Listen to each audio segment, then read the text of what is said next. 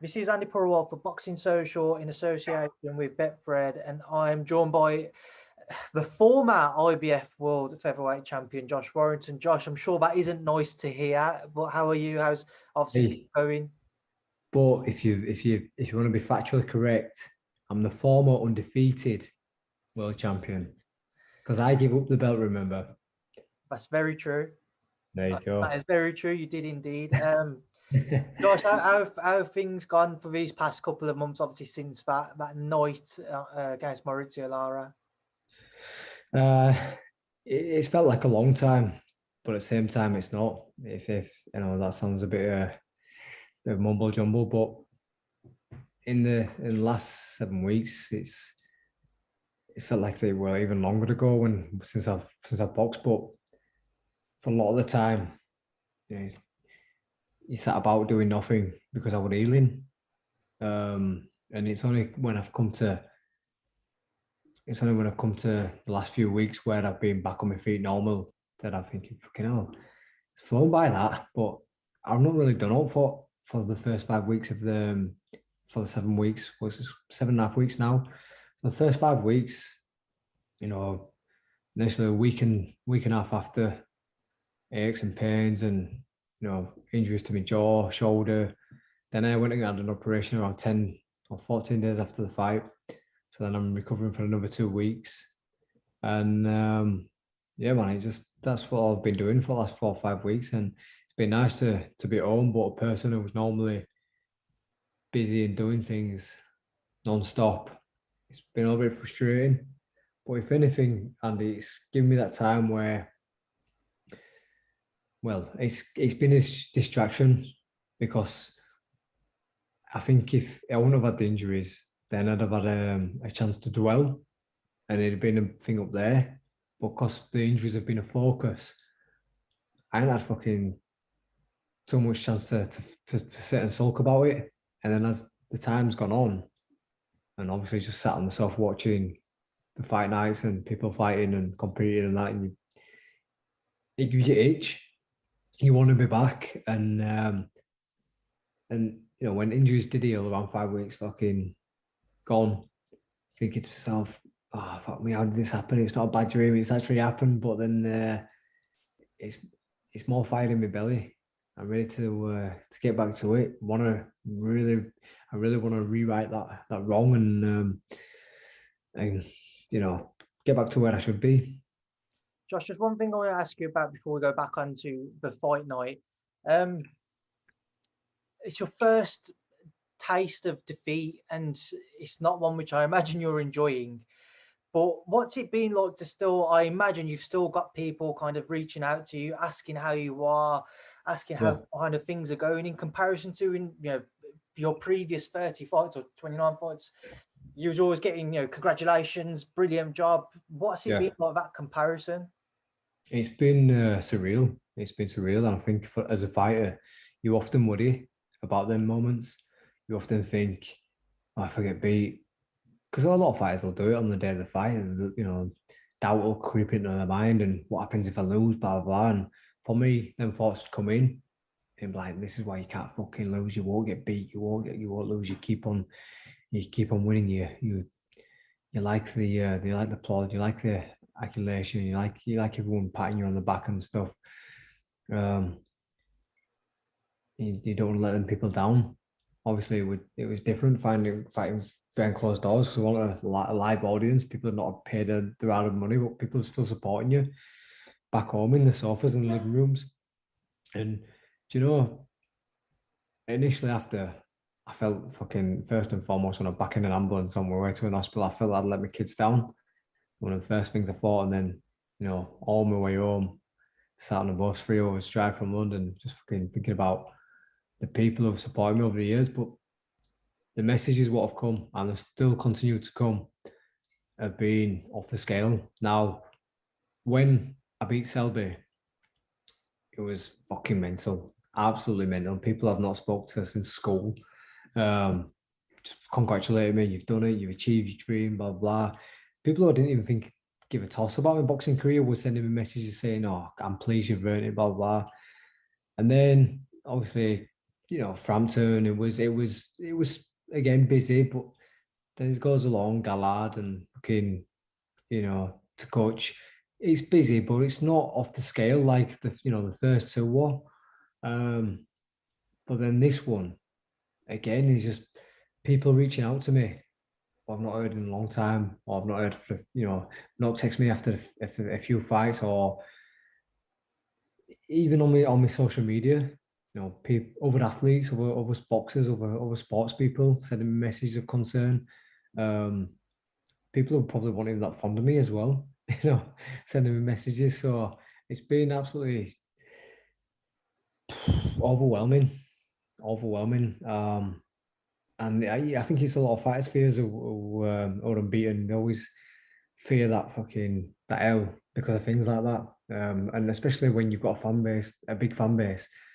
I fight for my fans, and I've always wondered what it'd be like. I obviously don't want to fucking dwell on that too much, but Sergio Martinez, that story goes about, doesn't it? When he's won, his phone's got like 300 missed calls, and then when he's lost, he's got 5 missed calls, and 3 of them are off for his mum.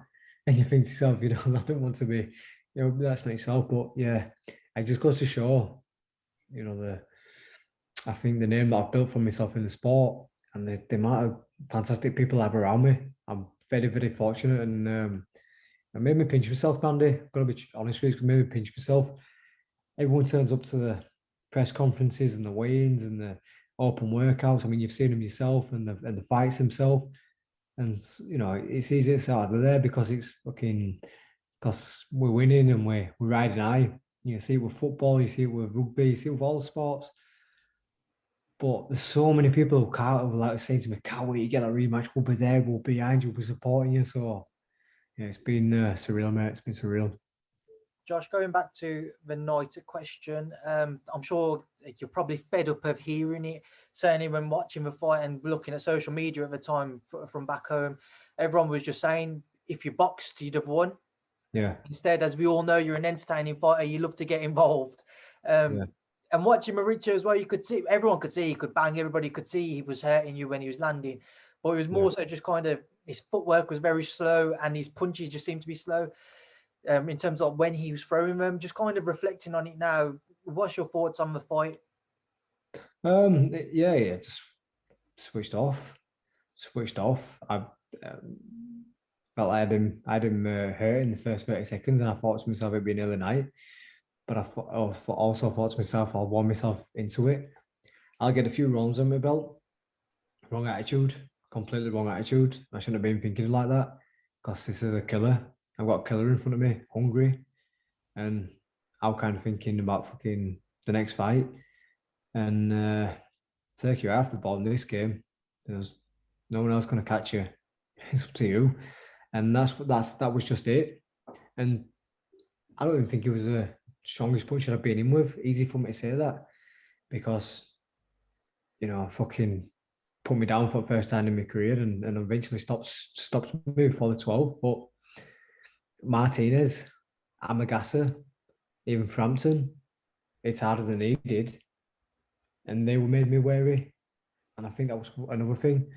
Probably the first few rounds, I'm thinking he ain't got enough to hurt me, but the accumulation of clean shots, leaky defence, being a bit cocky and arrogant of not getting my hands up or not having the defence I should have done, and ultimately they chip away at you, and we were landing clean, and then it was one of them where I'd gone to throw a shot, and he landed before I did.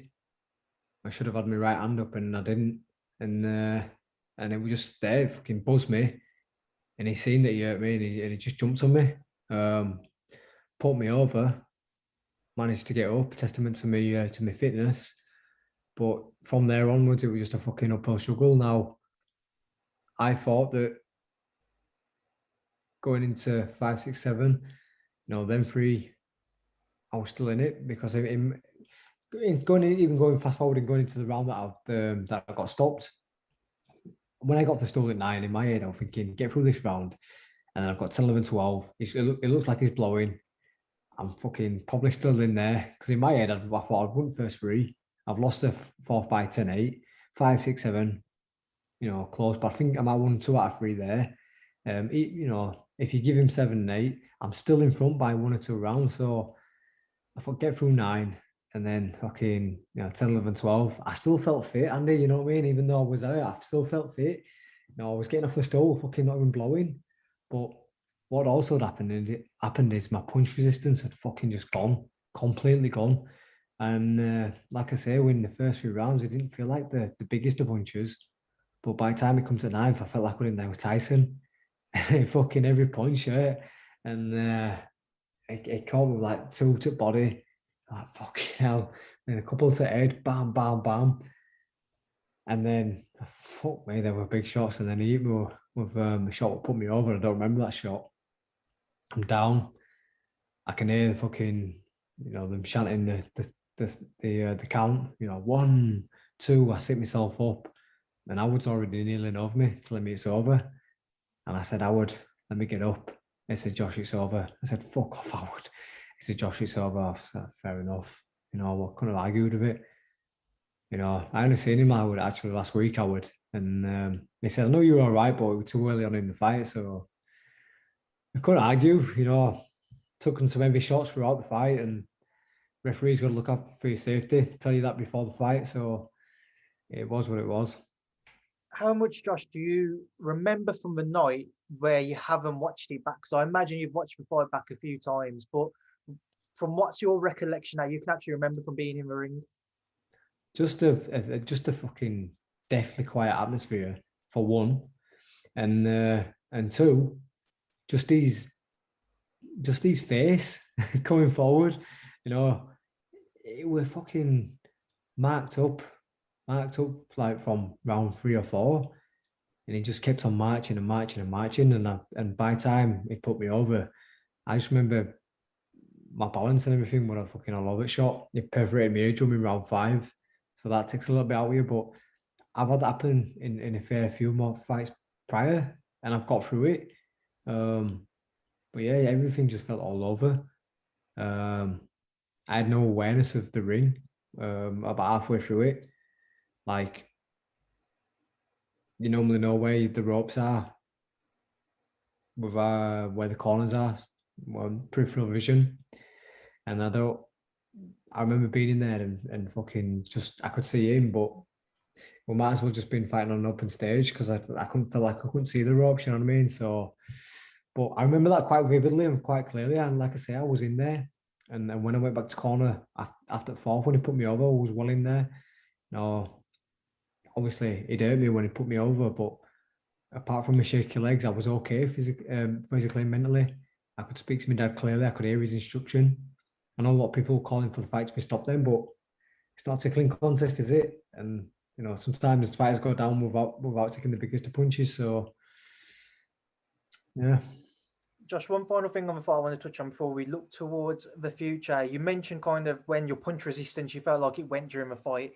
It's one thing which certainly is commented on more these days. When you do have one too many wars, naturally the punch resistance wears off, and you'll gradually, as you go into more fights, as your career progresses, it will go sooner in a fight rather than later on. Is that a concern for you? We know that you've had some brilliant fights, but you've taken a lot of punishment at times. Is it a concern for you for when, not just a rematch, but moving forward with your career, that your punch resistance might not be the same as what it was? No, it's not. It's not concerned because it's the first time I've ever been bulged or hurt like that. I've never been down in a sparring session, and I've never been down in a fight, amateur or pro. I think, and certainly for me, in terms of the way we train, my dad didn't like us to have heavy wars in the gym. So I know they say that your punch resistance dips as you get older, but listen, there's only so much punches you can take, clean punches you can take, and that was a result of it. I just took fucking too many clean ones.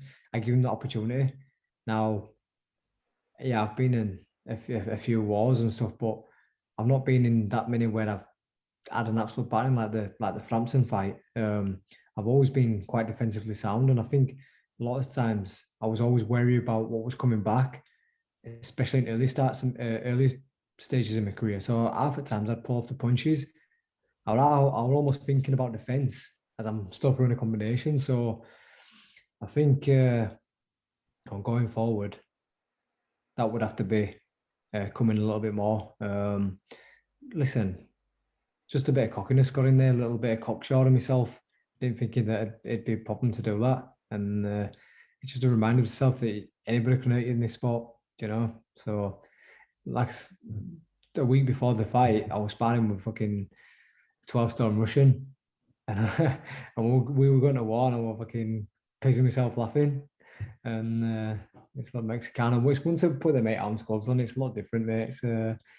It's no playing about when the 8-ounce gloves on. It's a different kettle of fish. Josh, moving forward, Yeah. Eddie's spoken openly about the rematch. You've spoken openly about the rematch. What conversations have you had? When do you envisage it happening this year? Yeah, we're talking about September time. Now, I'd like to be back sooner.